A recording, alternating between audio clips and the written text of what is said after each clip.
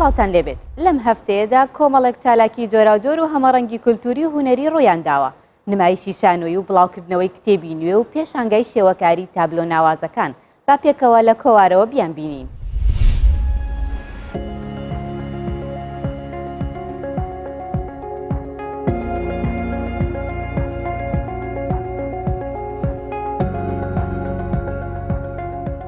لە شاری هەولێر و لە پێشەنگەیەکی شێوەکاریدا قەرەنی جەمیل نوێترین تابلۆکانی نیشاندا. تابلۆکانی قەرەنی جەمیل جیاواز لەوانی پێشووی دەربارەی ژیانی مردوو واتە ستی لایف بوو.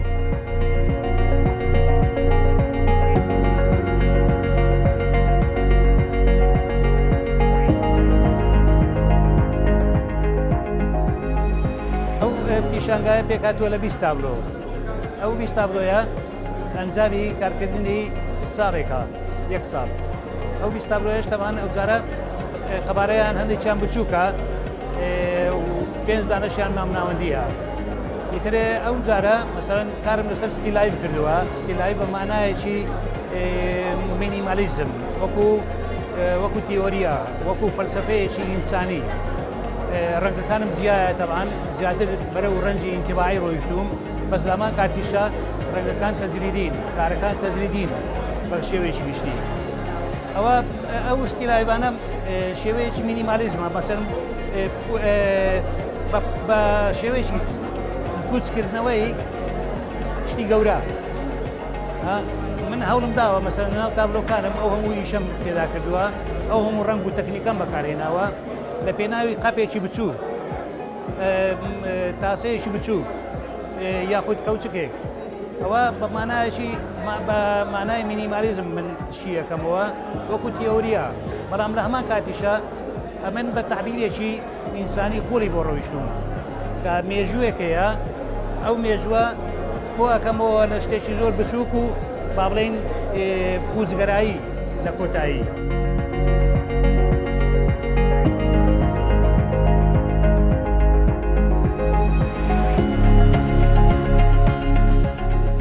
قەرەنی جەمیل هونەرمەندێکی زۆر با بڵێن بە دەرەوەیە با بڵێن ناسراوە وە کەسێکە لەوەتەی من ئەیناسم زۆر بەجددی ئیشی کردووە و ئەو پیشانگایی درێژە پێدەری هەموو کارەکانی پێشوێتی کە ئیشکردنە بە شێوازی تەزریدی تەعبیری و ئەو کەسانی کە ئەیانەوێ لە هونەری ئەو هونەرمەندە تێبگەن زۆر زار چاوەڕێی ئەوەن وەکو هونەرێکی واقعی تەعامل لەگەڵ ئەو تابلۆیانە بکەن کە هەرگیز ئەمە ئەو خوێندنەوانە لەگەڵ ئەو کارە هونەریانە نایەتەوە.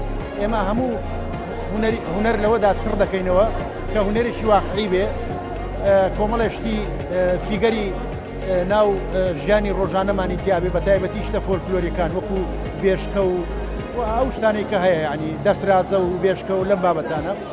بەڵام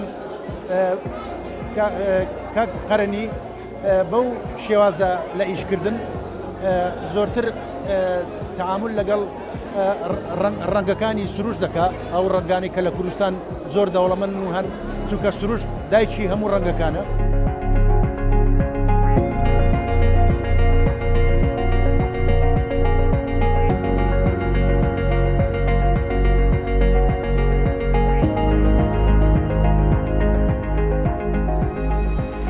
ڕاستی ڕەنگە بۆ هەمومان سادە دەبێ بەڵام ئەمەش قوڵی خۆی هەیە ینی زۆر جار تۆ تەرکیز دەخەیە سەر شتێکی زۆر سادەی ژیانی ڕۆژانەی هەر ئینسانێک هەر ینی بەڵام دواتر تۆ دێیت بۆ نمونە بە گرنگی دەزانیت بۆیە ئیشی لەسەر دەکەین ئەو شتانی کە وێڵ کراون کە زۆر سادەن بە نسبەت هەر یەکێکمانەوە بەڵام تۆ دێدیکی بە ئیشێکی فەنی دواتر لەگەڵ ڕەنگی ترە بۆ نمونە دەیگونجێنی تێکەڵی دەکەیت لە ناو هەندێک فەزایتر کە بۆ نمونە تایبەتە بەو کەسە ئەنێ ئەو هونەرمەندە هەنێک فەزای تایبەت بەخۆی هەیە لەناو فکری خۆیە و دواتر کە تەرکیزی خستۆتە سەر و دواتریش لەناو لەو حەیاجی خۆی بینیوەتەوە.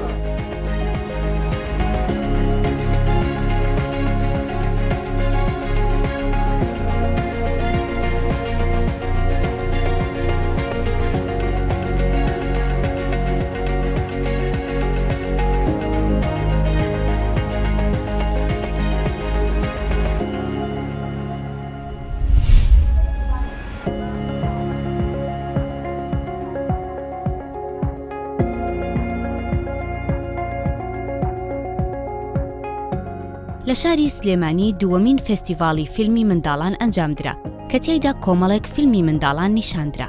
فێستیڤاڵەکە بۆ ماوەی 2 ڕۆژ بەردەوام بوو.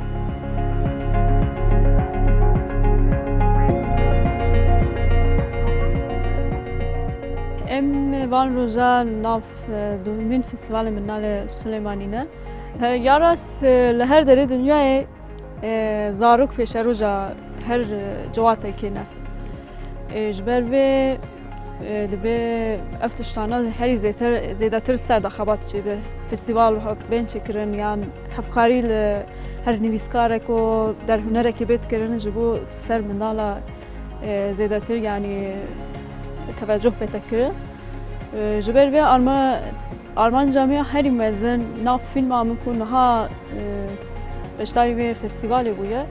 اوه کو انسان هویه وان نامرن هویه هیچ انسانک نامره دما که هویه چه به مرو به هویه خود چه و به هویه خود مزند به و جارا نجی انسان نه هویه خود بند داده به و داویه فیلم آمیزی به صد قومه او تشک جیانا 7,000 که تقومه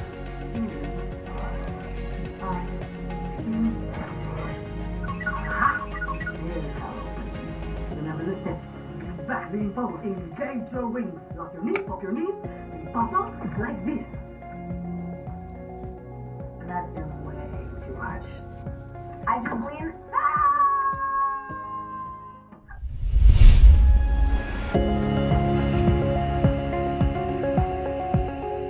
لە پەیمانگەی هونەرە جوانەکانی کفری شانۆگەری پۆستەچی نمایشکرا.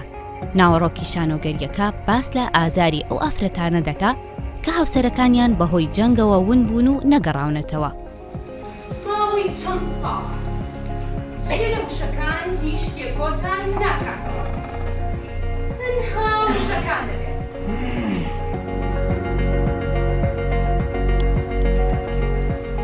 تۆ بچووکتری وایە؟ تۆش گەورەتری؟ ئەمە پێویست بە پرسیار ناکات. ناوی پۆستەچی لە نووسینی نووسەر عەقیل ئەبوغەریب وەرگێڕانی محەممەد تەنیا و دەرهێنانی بەندەیە نواندنش مامۆستا محەممەد تەنیا و فرمێز زەینەڵ و میژدە جەوهەر. ئیشەکە باس لە دوو ئافرەت ئەکا کە تووشی حاڵەتێکی نەفسی بوونە ئەوش لە چاوەڕوانی ئیتر یەکێ خۆشەویستی و یەکێ مێردەکەیەتی ئەم چاوەڕوانیە کۆمەڵێ حاڵەتێکیان بۆ دروست کردە کە ئەم بۆسە تووشی معانات دوو ئافرەت کە لە ناو کۆمەلگای خۆمانشە ئەو معانەتە ڕوویدا ئیتر بە شێوەیەکی هونەری توانیمان ئەم معاناتەنە دەرخێنە سەر مەسرح و بە هاوکاری ئەو ستافە جوانە.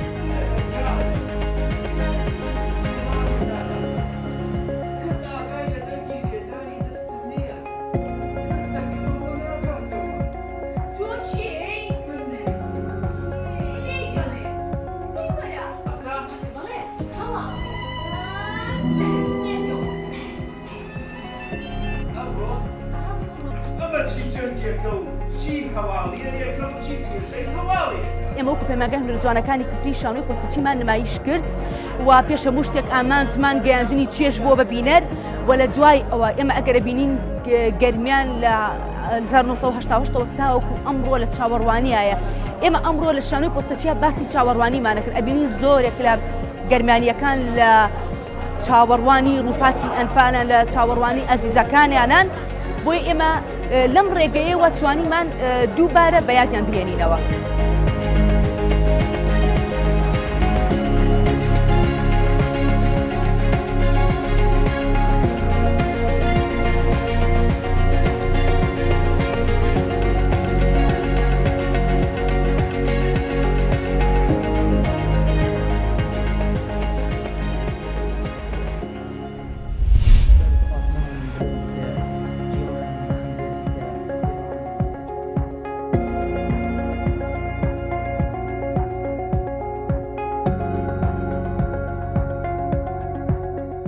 لە شاری دهۆک و لە ڕێوەڕەسمێکدا نوێترین کتێبی خانمی نووسەر کەوسەر شەوکەت بڵاوکرایەوە.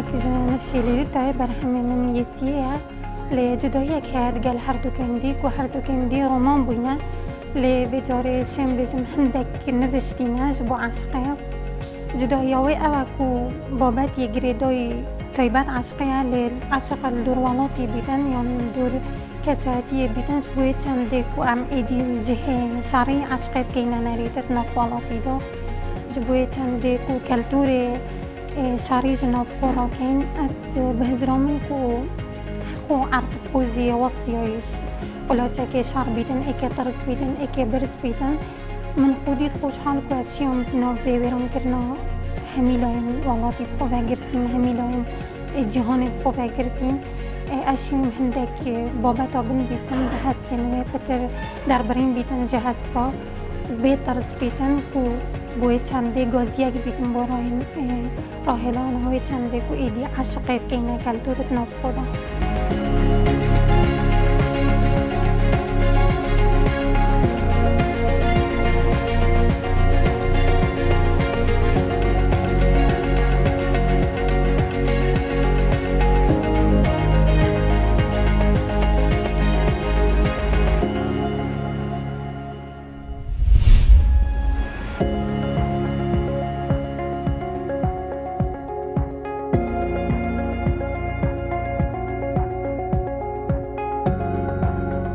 لە شاری مەهاباد لە ڕۆژهەڵاتی کوردستان هونەرمەند ئیرەج قادری پێشانگەیەکی بۆ کارەکانی کردەوە لە پێشەنگەکەدا تابلۆکان گزارشتیان لە کولتوری کوردی دەکرد.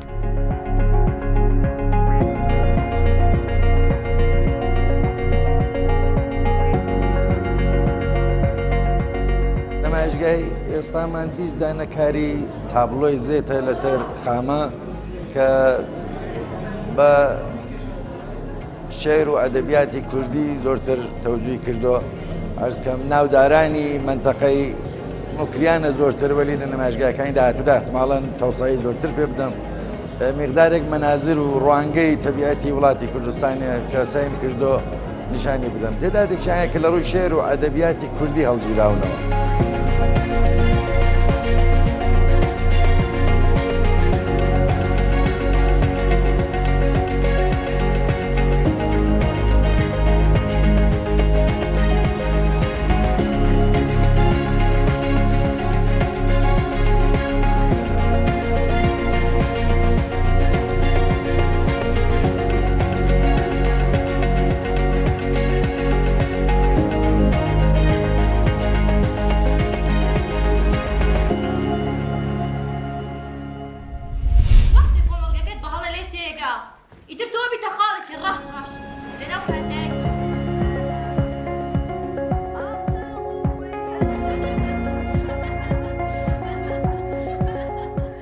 لە شاری هەڵەبجا شانۆگەری هەفتەیەک نمایشکرا.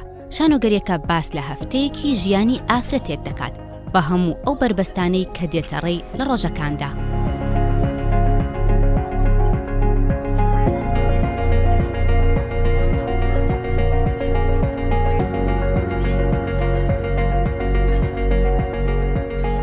ئەم شانۆیی ئێمە باس لە هەفتەیەکی تەواوی کچێکی ڕۆژهەڵاتیەکە. کچێک بە واتایی لە کوردستانی خۆمانە ژیانی ئافرەتان چۆن. ئێمە وایە بینە قەزی ئافرەت ئابم شێوەیە لە کوردستان. هەندێک حیوار ئاماژە بۆ بۆی چارەسەر چی بێ. وەندە حیوار ڕخنە و گلەیی بووە لە ڕەگەزی بەرامبەر، وەندە حیواری تیا بووە سیاسی بووە کە شانەوەکو پەیامە بەبیگەێنە بە بینەرەکەی و بە تەواوی ئەو بنەرانشی کە لە دەرەوەی ئەم هۆڵەن دواتر پەیامەکەیان بە شێوازێکی ناڕاستەخۆ بۆ ڕواتەوە.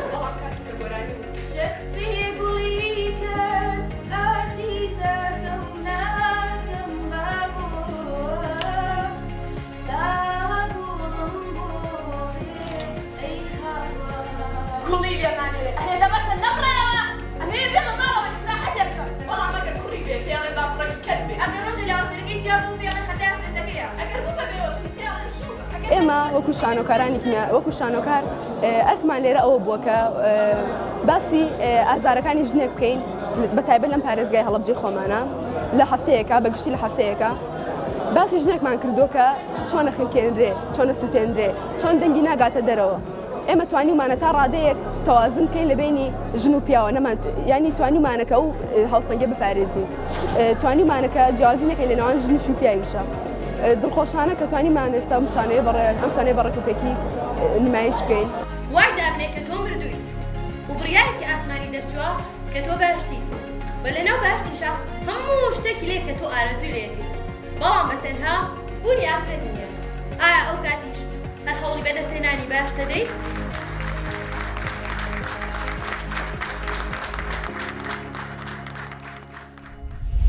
هونەرمەندان بەگشتی و گۆرانیبێژان بە تایبەتی بەردەوام لە هەوڵی پێشخستنی هونەردان بەکارەکانیان بەردەوامی دەدەن بە ڕێچکەی پێشکەوتنی کۆمەڵگا هونەرمەندی گۆرانیبێژ سەلام یوسف یەکێکە لە هونەرمەندانەی کە لە ساڵانی هەشتاکانی سەدەی ڕابردووەوە دەستی بە گۆرانی وتن کردووە ڕۆڵێکی دیاری هەبووە لە پێشخستنی ئاستی هونەری گۆرانی وتن لە دەڤەری بادینان بە تایبەتی لە زاخۆ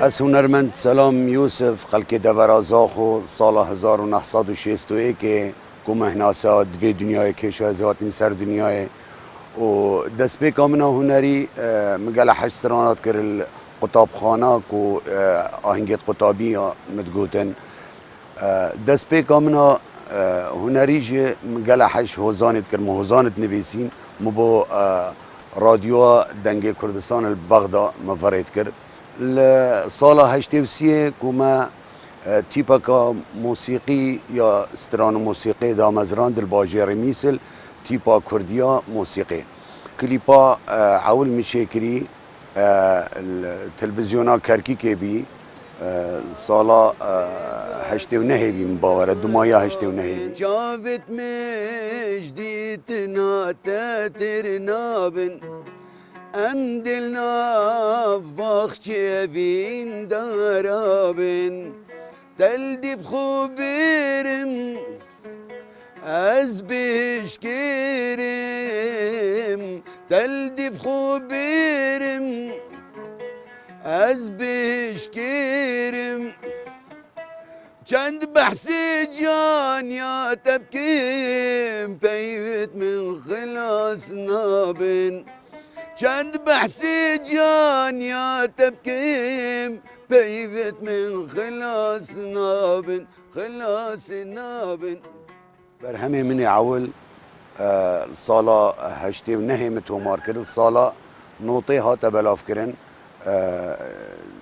پیک هاتی بیجه 14 سترانا سالا نوتو پنجه بر همه فیدناکت مینات خواری پراستی بر همه نوتو 3 و نوتو پنجه گلک دنگ ودا نوتو نهیم بر همینات خواری 2011 جی و از بردوام حتی نوککو از هوزانات نویسم و آوازا جی اچید کم نوکس مجیلم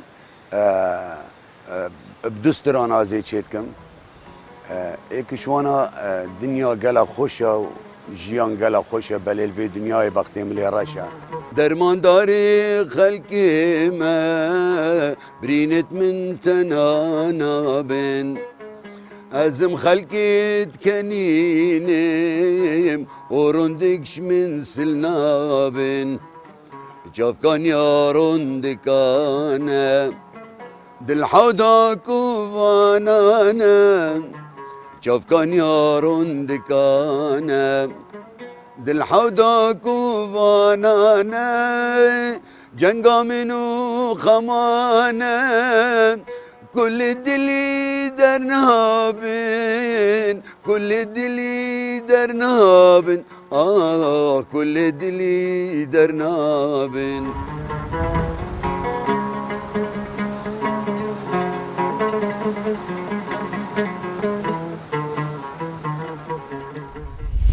لە دوا بڕگەدا باس لە شانۆگەریەک دەکەین لەو کاتەوەی ئەکتەران هەوڵی نمایشی کێشەکانیاندا لەسەر تەختەی شانۆ تا ئێستا یەکێکە لە دەواازە گرنگەکان بۆ دەربڕینی ناخی خەڵک و گرفتەکانیان هەندێک جاریش دەبێتە هۆکارێک بۆ پێکەنین و لەبیرکردنی ئەو کێشانە شانۆگەری گەمەی کەرەکان لەلایەن تیپی شانۆیی کەرکووکەوە ئەنجام دراوە و لە هەردوو شاری کەرکووک و هەولێر نمایش کرا شانۆگەریەکە لە دەرهێنانی مەریوان زەنگەنێ و شانۆگەریەکی تەنز ئامێزە.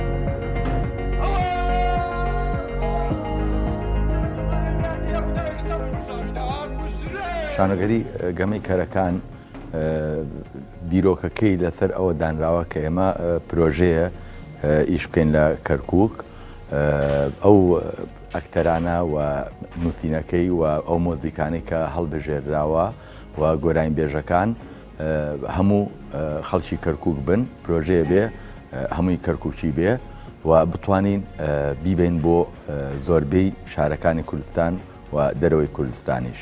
کارێ بکەی ئەبێ ڕەچاوی ئەوە بکەی کە ئەم کارە بۆ بینەری تایبەتە یاخود بۆ بینەری گشتیە. بەداخەوە تا ئێستا ئەوانە ئێمە ئیشمان تێکرد بوو زۆربەی بۆ بینەری تایبەت بوو لەبەرەوە بینی ڕێژەی بینەر وردەوردە لە کەمیەدا لە شارەکەمان بەڵام ئەم ئیشە هەوڵێکە بۆی جایەتر بینەر بێنینەوە بۆی ئەو شێوازە ستایلە ئیشم کردووە هەوڵێکە بۆ ئەوەی کە ئێمە تەنها بۆ خۆمان ئیش نەکەین بۆ نخبە ئیشکەین بۆ خەڵکی بەگشتی هەموو بینەران لەبەرەوەی تۆ تەنها مڵکی ئەو پەیمانگەیەنیت یا ئەو تیپەنیت کە بە شێوەیەکی ئەکادمی ئیشەکە یا تۆ تەنها مڵکی ئیشی ئەکادمینیت و ئیشی جیهانی نیت ئیشی بکەیت.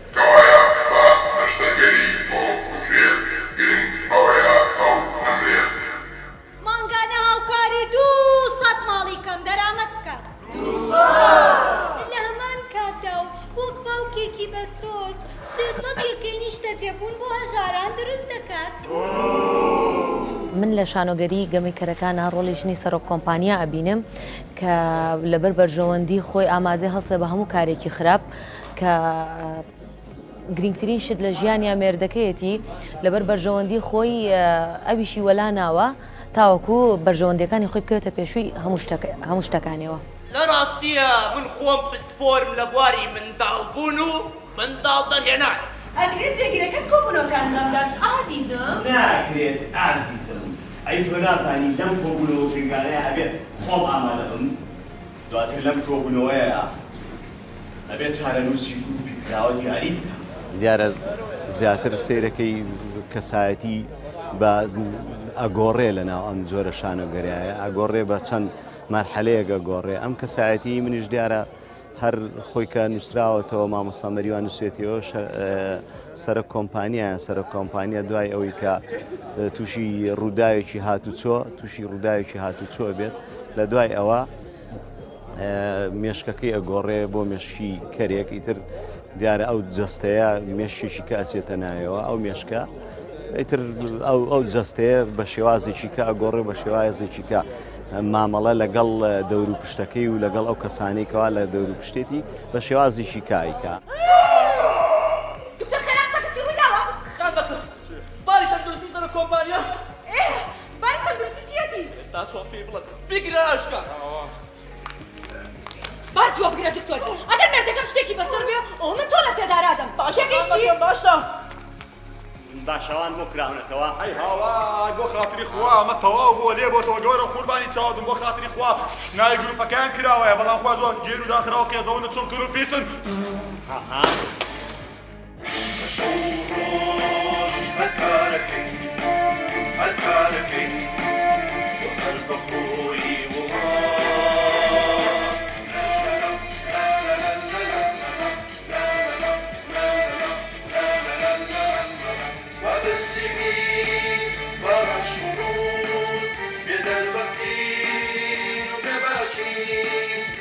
سرت منقاصي بيه